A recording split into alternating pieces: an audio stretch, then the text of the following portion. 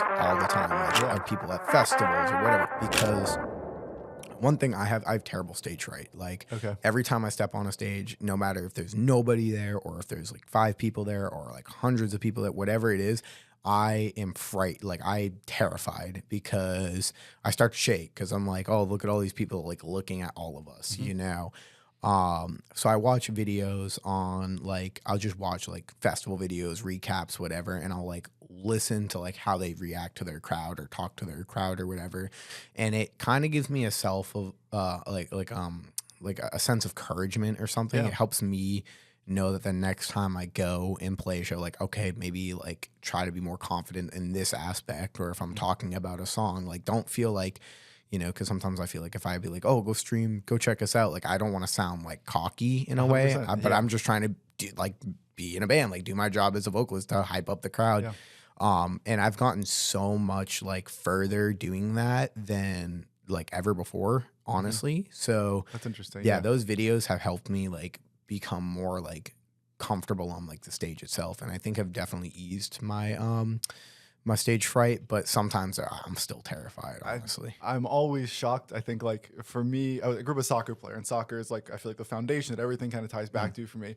And I never felt nervous for a soccer game. It was always like, I am eager to go do the thing. And so I always assumed that bands were the same way of like, they're like, finally I get to fucking show these fucking motherfuckers what I'm about. Yeah. And the more I chat with bands, like most of them are like you. Most of them are like, God damn, it's time. What now? Yeah. What does the 15 minutes, half an hour before a show like for you? Like, is it just pure panic? Is there anything that like, do you meditate before a show? Like, is there anything you try and do to like keep the panic at bay? What are you trying to do? Like, yeah, what is a 15, 30 minutes before a show like for you then? Or before a set? Like There's been a couple rough ones. There was one show we did at the Palladium where we were all backstage, like right before we were going on, and I was shaking. Like I was on the verge of throwing up. I'm like, I can't do this. I can't do this. Yeah. And our bassist Tommy, he looks at me, he's like, dude, you do this like every week. Like, what are you talking about? I'm like, yeah, dude, I just can't. I can't. Like, and then he'll snap me into it, be like, bro, shut the fuck up. Like, you're fine. You're okay. Just take a couple breaths, take a sip of water. Yeah. And then I'll literally do some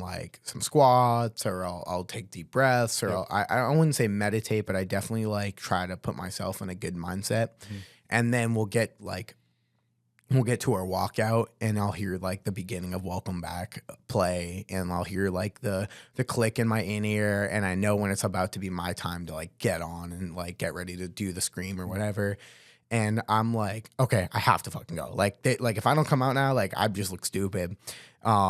Because like, again, there have been times where they're like, dude, you got this. But then it's like time to go on, and they're like, dude, we're going either way. So like, you figure it out. And then in the heat of the moment, I'm like, fuck. Yep. All right, I'm gonna go do it, you know? Yeah. And then I get out there, I do my scream, I shake a little, and then I'm like, oh, I'm fine. Like, this is easy. Yeah. But yeah, the 15, 30 minutes before a show, like, I'm like always nervous. Like, I don't even know. And then I snap into it right when I'm like walking on. I think it's just like kind of putting on that mask. You're like, you got this. Like, this is what you want to do. This is something you're enjoying. Like, you know, it's stage fright, and they can't cope, you know, like you can't hide yourself. So you just got to go and enjoy it. And I do it, and then I feel great. And I'm like, I knew I had that in the bag. I'm just, you know, in my own head. I've got the same thing with my camera, and like I'm an anxious person. Like that is 100% a problem I deal with as well. And the advice I got that helped me a lot was just like, what's the worst case scenario here? Like this thing in our brain, it's like, it's going to go so awful. And to me, it's like, in my case, for me, my stomach, you mentioned throwing up, and it's like, you can throw up on stage. Like you would not be the first person to do it. In North Carolina. and it does happen. And it's like, it helped me a lot of like, what is the worst case scenario? And as I went through at this point, I've been, doing camera stuff for, this is my 9th year, so almost 10 years. And it's like, I've been through a lot of what I think is worst case scenario. I've been to the place and someone doesn't show. I've been to the place and my gear blew up. I've been through these things. Yeah. And in every scenario, it turns out that I was able to figure it out.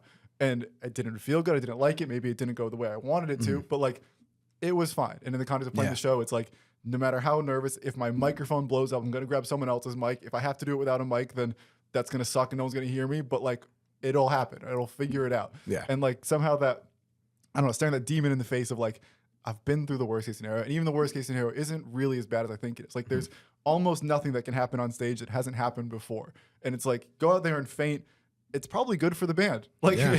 it's going to suck for you. It's going to be a scary, shitty night. But, like, the story of you fainting about the band will go everywhere on social media. Everyone will reach out to Devitalized. And now Devitalized gained 100 new fans because you fainted on stage. So it's like, even the worst case scenario is not that bad. And it would suck on a personal level. And it would be, yeah, of course, fainting is not a good thing. But I'm trying to think of, like, whatever the rock bottom worst case scenario here, it's like, it'll be okay. And that I'm still, struggling with that. Of course, I still get nervous before my camera stuff. Like, before a music video, I'm still going, fuck.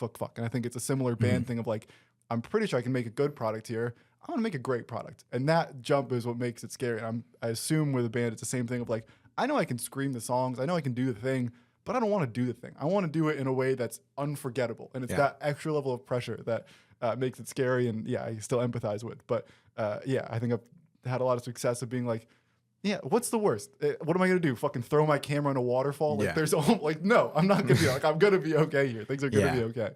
And I don't know. It's an interesting challenge to me though, because again, I think as a kid growing up, it's like I would like to see the bands on stage as superheroes, and it's like, no, they're all human, and humans generally feel the way you do 30 minutes before the big event, before the big thing.